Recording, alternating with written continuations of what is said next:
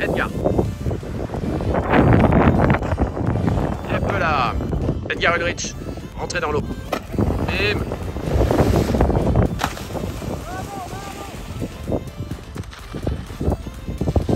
Allez Damaya. Qui saute là. KGB. Edgar, parle-nous du pop dans le vent léger. Et qu'est-ce que comment toi tu adaptes ton pop quand le vent est très léger? Alors comment on adapte notre pop quand le vent est très léger? C'est vraiment prendre un maximum de vitesse, on mise tout sur la vitesse. Parce que notre vitesse, si on pop vraiment bien et qu'on fait une vraie belle virgule, on s'occupe tout le temps d'énergie qui monte vers le haut. Du coup on a notre gain d'amplitude comme ça. Et voilà, on essaye de ne pas monter trop son kite très haut et le descendre. Parce qu'après on n'a pas assez le temps en fait en l'air. Donc là on essaie vraiment de mettre son kite mi-hauteur dans la fenêtre. Et là on fait notre tricks le plus rapidement possible. Ok, tu peux nous dire un truc sur, je voudrais que tu nous dises un truc dans le pop vent léger sur la virgule. Elle est plus accentuée ou moins accentuée que dans le vent fort? Elle est plus accentuée. Ok, est-ce qu'on enfonce plus la borde dans l'eau ou moins dans le vent léger? Après, enfoncer la borde dans l'eau, c'est pareil un peu dans toutes les conditions. C'est simplement, voilà, quand le vent est fort, de faire une plus grande virgule pour permettre d'avoir une amplitude qui descend au vent. Et dans le vent léger, là, on veut s'arrêter net et faire catapulte. Ok, et on pop brièvement ou durablement dans le vent léger? Brièvement. Ok, on est bon, on regarde ça. Elliot. Et hop là. Quand tu veux.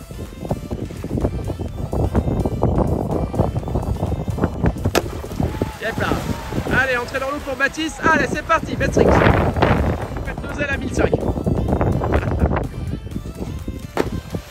Allez, c'est propre. Quel est le best tricks que tu vas nous sortir là maintenant? C'est parti, on te regarde. Go!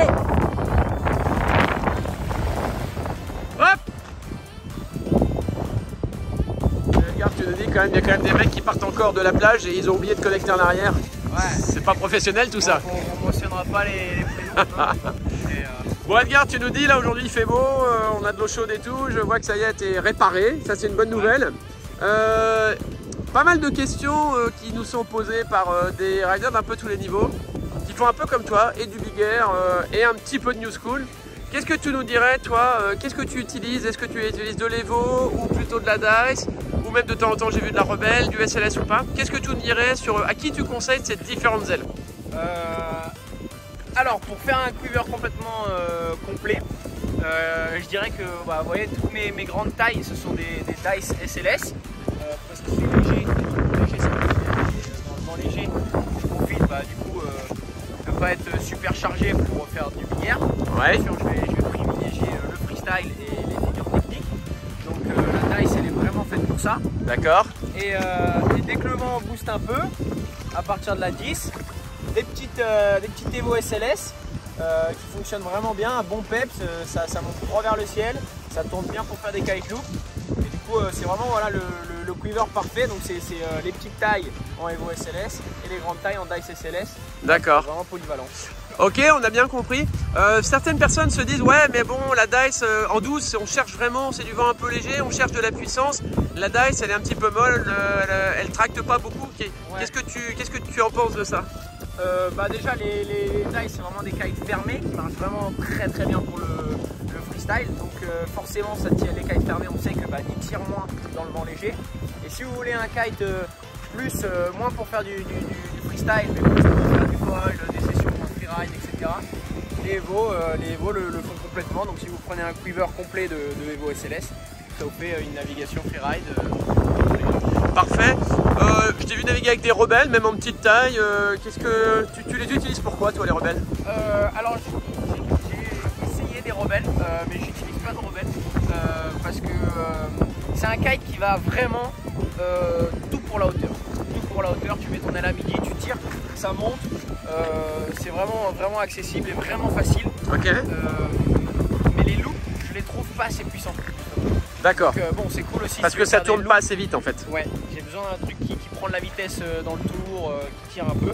Pour Okay. les sensations, c'est un peu cool. Ouais. Et voilà, donc c'est un kite un peu plus accessible mais moins violent, la rebelle. Ok. Voilà, c'est pas mon choix dans la gamme. Bon.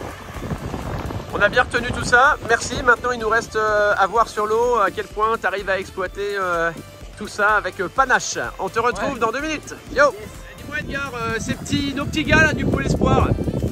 Toi qui les as pas vus depuis 2 mois parce que tu étais un peu pété là. Ça a progressé un peu entre tous ceux qui ont fait des voyages à l'étranger, ceux qui se sont entraînés un peu dur ici. Qu'est-ce que t'en penses? Il y en a qui viennent de rentrer là de El Gouna. Ouais. Ils sont bien chauds.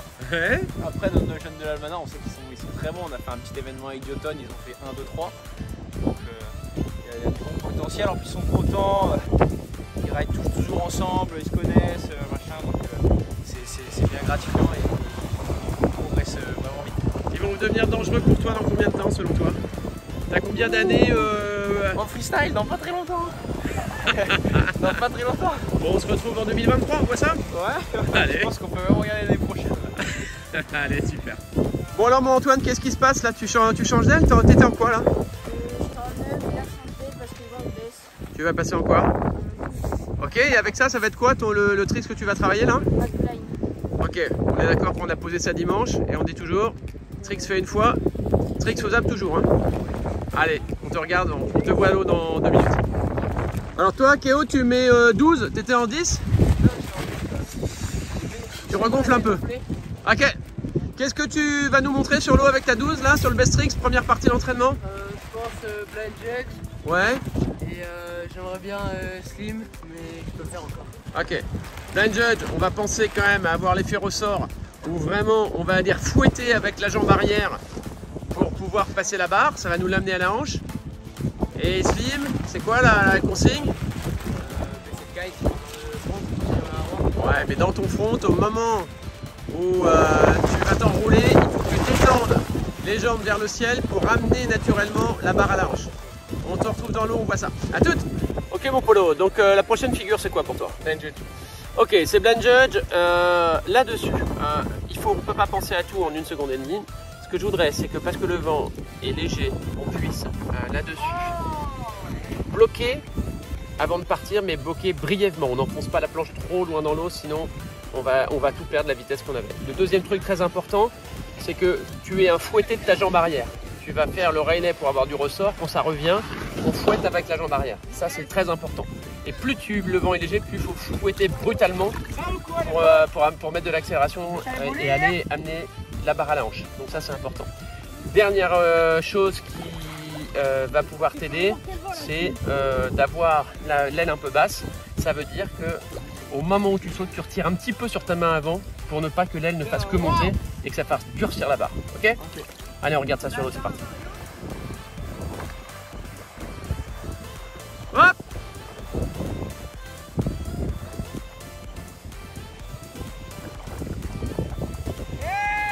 Hop, hop, hop!